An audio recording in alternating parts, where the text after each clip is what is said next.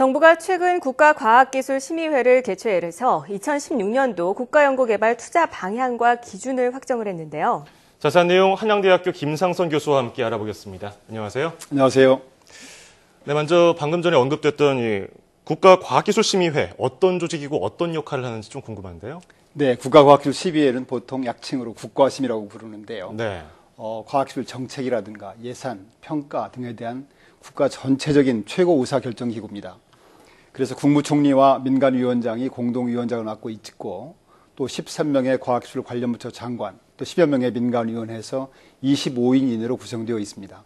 산하에는 미래부 차관을 위원장으로 하는 운영위원회, 또 8개 부문별 전문위원회, 특별위원회, 그리고 기초연구진흥협의회와 지방과학기술진흥협의회 등을 두고 있습니다. 예. 네. 국과심은 주요 과학기술 정책뿐 아니라 출연연 육성이라든가 국가 성장 동력, 또 인력 양성, 지방기술 혁신, 국가 표준, 지식재산, R&D 예산 평가 등 과학기술 전반에 걸쳐서 주요 정책을 심의 확정하고 있습니다. 네. 참고로 이제 국과심을 보통 국가과학기술자문회의로 착각하는 경우가 있는데요. 헷갈리더라고요. 국가과학기술자문회의는 대통령께서 국가과학기술 중장기 발전이라든가 주요 이슈에 대해서 질문하시면은 거기에 답하는 싱크탱크입니다. 그래서 각계 전문가 한 30인 이내의 전문가로 구성이 되어 있습니다. 네, 그러니까 이 과학기술심의회는 과학기술 분야에 대한 국가 최고의 의사결정 기구라고 할 수 있군요. 그렇습니다. 네. 그러면 최근에 심의된 어떤 내용들이 있습니까?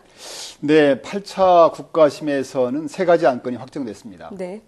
첫 번째 안건은 앞으로 5년 동안 국가 연구 개발 성과 평가 추진 전략과 중점 추진 과제 마련하기 위해서 제3차 국가 연구 개발 성과 평가 기본 계획입니다. 그동안에 이제 관리자 중심으로 평가하던 것을 연구자 중심으로 평가를 전환함으로 해서 평가 체계를 선진화해서 우수 R&D 성과를 창출을 견인한다는 것입니다. 네네. 두 번째 안건은 그래핀 사업화 촉진 기술 로드맵인데요.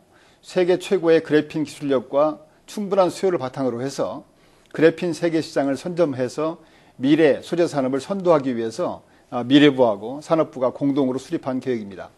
이 로드맵에 따르면 2020년까지 그래핀 핵심 기술 85개를 확보하고 또 2025년까지는 6대 전략 분야에서 휴대폰이나 디스플레이 등에 활용할 수 있는 세계 시장 선도형 1등 제품을 개발함으로써 19조 원의 매출과 약 5만 2천여 명의 고용을 창출할 것으로 기대되고 있습니다. 예. 세 번째 안건은 내년도 국가연구개발 투자 방향과 기준안을 심의 확정했습니다. 참고로 이제 국가 관련한 그 모든 정책이 국과심에서 심의되는 것은 아닙니다. 안건의 중요도에 따라서 미래부 차관이 위원장이고 관련 부처가 공동 참여하는 운영위원회가 있는데요. 예. 거기에서 또 심의 확정하게 됩니다. 예를 들어서 국가과학기술 기본계획이라든가 기초연구진흥 기본계획, 그 금년도 시행계획은 운영위원회에서 심의 확정된 바 있습니다. 예. 사실 올해 과학 분야 예산은 뭐 작년 말부터 올해 초까지 많이 삭감돼서 이런 논란이 좀 있었는데 아까 말씀하셨던 세 번째 안건이죠. 2016년도 정부 연구개발 투자 방향과 기준안. 내년 예산 편성의 기준이 되는 거 아니겠습니까? 그렇습니다. 네. 내년도 정부 R&D는 우리 경제의 새로운 성장 동력을 창출하기 위해서 쓸 것은 쓰고 줄일 것은 줄이겠다. 이런 자세로 아마 편성 방향을 마련한 것 같습니다.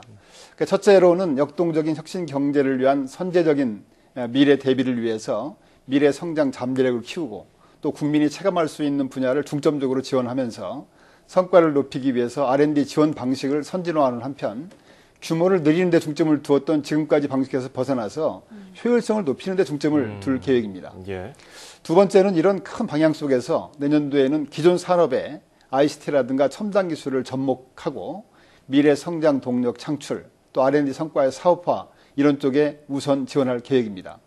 이와 함께 최근에 정부가 중점을 두고 있는 경제혁신 3개년 계획이라든가 미래 성장 동력, 또 종합 실천 계획 등 최근에 발표한 주요 정책에 따라서 예산을 투입할 계획으로 되어 있습니다. 또한 기업과 시장에서 원하는 과제를 발굴해서 지원하고 사회 문제 해결 등 국민에게 필요한 분야를 적극 지원할 계획입니다. 세 번째는 한정된 R&D 자원을 정부 지원이 시급한 분야에 제대로 투자하기 위해서 낭비 요인을 적극 제거해 나갈 계획입니다. 유사 중복 과제를 통폐합하고 장기간 계속되어 온 사업에 대해서는 다시 한번 검토를 강화시킬 계획입니다. 예. 네. 또한 정부는 민간의 기술력이 우수한 분야보다는 아직 시장이 형성되지 않은 새로운 분야 위주로 투자할 방침입니다. 이번에 확정된 기준안은 공청회 등을 통해서 각계 의견 수렴과 함께 R&D 관련 부처에 통보해서 내년도 정부 R&D 예산 요구 및 배분 조정안으로 활용될 계획입니다. 네, 그렇군요. 사실 내년에 이 복지 재정 지출이나 또 위축된 경기 등으로 인해서 나라 살림이 좀 녹록지 않을 것으로 보이는데 R&D 편성과 관련해서는 어떻게 봐야 될까요?